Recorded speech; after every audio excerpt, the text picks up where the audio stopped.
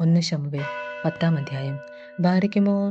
അപ്പോൾ ശമൂവേൽ തൈലപാത്രമെടുത്ത് അവൻ്റെ തലയിലൊഴിച്ചു അവനെ ചുംബിച്ചു പറഞ്ഞു, യഹോവ തൻ്റെ അവകാശത്തിനു പ്രഭുവായി നിന്നെ അഭിഷേകം ചെയ്തിരിക്കുന്നു. നീ ഇന്നു തന്നെ പിരിഞ്ഞു പോകുമ്പോൾ ബെന്യാമീൻ്റെ അതിരത്തിലെ സെൽഹിൽ റാഹേലിൻ്റെ കല്ലറയ്ക്കരികെ വെച്ചു രണ്ടാളെ കാണും. നീ അന്വേഷിപ്പാൻ പുറപ്പെട്ടു പോകുന്ന കഴുതകളെ കണ്ടുകിട്ടിരിക്കുന്നു. നിന്റെ അപ്പൻ കഴുതയെക്കുറിച്ചുള്ള ചിന്ത വിട്ടു എൻ്റെ മകനു വേണ്ടി ഞാൻ എന്തു ചെയ്യേണ്ടു എന്നു പറഞ്ഞു നിങ്ങളെക്കുറിച്ച് വിഷാദിച്ചിരിക്കുന്നു എന്നു അവർ നിന്നോട് പറയും. അവിടെ നിന്നു നീ മുമ്പോട്ട് ചെന്നു താമ്പോരിലെ കരുവേലയ്ക്കരികെ എത്തുമ്പോൾ ഒരുത്തൻ 3 ആട്ടിൻകുട്ടിയെ, വേറൊരുത്തൻ 3 അപ്പവും, വേറൊരുത്തൻ ഒരു തിരുത്തിയും വീഞ്ഞും ചുമന്നുകൊണ്ടു അങ്ങനെ 3 പുരുഷന്മാർ ബഥേലിൽ ദൈവത്തിൻ്റെ അടുക്കൽ പോകുവാനായി നിനക്കു എതിർപ്പെടും. അവർ നിന്നോട് കുശലം ചോദിക്കും. നിനക്കു 2 അപ്പവും തരും. നീ അത് അവരുടെ കയ്യിൽ നിന്ന് വാങ്ങിക്കൊള്ളേണം. അതിൻ്റെ ശേഷം നീ ഫെലിസ്ത്യരുടെ പട്ടാളമുള്ള ദൈവഗിരിക്കു എത്തും. അവിടെ പട്ടണത്തിൽ കടക്കുമ്പോൾ മുമ്പിൽ വീണ, തപ്പു, കുഴൽ, കിന്നരം എന്നിവയോടുകൂടെ പൂജാഗിരികൾ ഇറങ്ങി വരുന്ന ഒരു പ്രവാചകഗണത്തെ കാണും. അവർ പ്രവചിച്ചു കൊണ്ടിരിക്കും. യഹോവയുടെ ആത്മാവ് ശക്തിയോടെ നിന്റെ മേൽ വന്നിട്ടു നീയും അവരോടുകൂടെ പ്രവചിക്കുകയും ആൾ മാറിയതുപോലെ ആയിത്തീരുകയും ചെയ്യും. ഈ അടയാളങ്ങൾ നിങ്ങൾക്ക് സംഭവിക്കുമ്പോൾ യുക്തമെന്ന് തോന്നുക ചെയ്യുക. ദൈവം നിന്നോടുകൂടെയുണ്ട്. എന്നാൽ നീ എനിക്ക് മുമ്പേ ഗൽഗാലിലേക്ക് പോകേണം. ഹോമയാഗങ്ങളും സമാധാനയാഗങ്ങളും കഴിപ്പാൻ ഞാൻ നിന്റെ അടുക്കൽ വരും. ഞാൻ നിന്റെ അടുക്കൽ വന്നു നീ ചെയ്യേണ്ടത് എന്തെന്നു പറഞ്ഞു തരുന്നുവോളം 7 ദിവസം അവിടെ കാത്തിരിക്കണം. അങ്ങനെ അവൻ ശമൂവേലിനെ വിട്ടുപിരിഞ്ഞപ്പോൾ ദൈവം അവന് വേറൊരു ഹൃദയം കൊടുത്തു. ആ അടയാളങ്ങളെല്ലാം അന്നു തന്നെ സംഭവിച്ചു.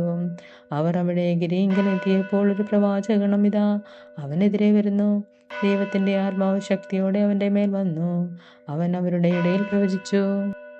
അവനെ മുമ്പേ അറിഞ്ഞവനൊക്കെയും അവൻ പ്രവാചകന്മാരുടെ കൂട്ടത്തിൽ പ്രവചിക്കുന്നത് കണ്ടപ്പോൾ, കീശിൻ്റെ മകനോ എന്തു സംഭവിച്ചു? ശൗലും പ്രവാചകന്മാരുടെ കൂട്ടത്തിലായോ എന്ന് ജനം തമ്മിൽ പറഞ്ഞു. അതിനു അവിടുത്തുകാരിൽ ഒരുത്തൻ, ആരാകുന്നു അവരുടെ ഗുരുനാഥൻ എന്നു പറഞ്ഞു. ആകയാൽ ശൗലുമുണ്ടോ പ്രവാചകഗണത്തിൽ എന്നുള്ളത് പഴഞ്ചൊല്ലായി തീർന്നു. അവൻ പ്രവചിച്ചു കഴിഞ്ഞ ശേഷം ഗിബെയയിലെത്തി ശൗലിൻ്റെ ഇളയപ്പൻ അവനോടും അവൻ്റെ ഭൃത്യരോടും, നിങ്ങൾ എവിടെ പോയിരുന്നു എന്ന് ചോദിച്ചു. കഴുതകളെ തിരയുവാൻ പോയിരുന്നു. അവയെ കാണായികയാൽ ഞങ്ങൾ ശമൂവേലിൻ്റെ അടുക്കൽ പോയി. അന്നു അവൻ പറഞ്ഞു, ശമൂവേൽ നിങ്ങളോട് പറഞ്ഞതു എന്നെ അറിയിക്കണം എന്ന് ശൗലിൻ്റെ ഇളയപ്പൻ പറഞ്ഞു.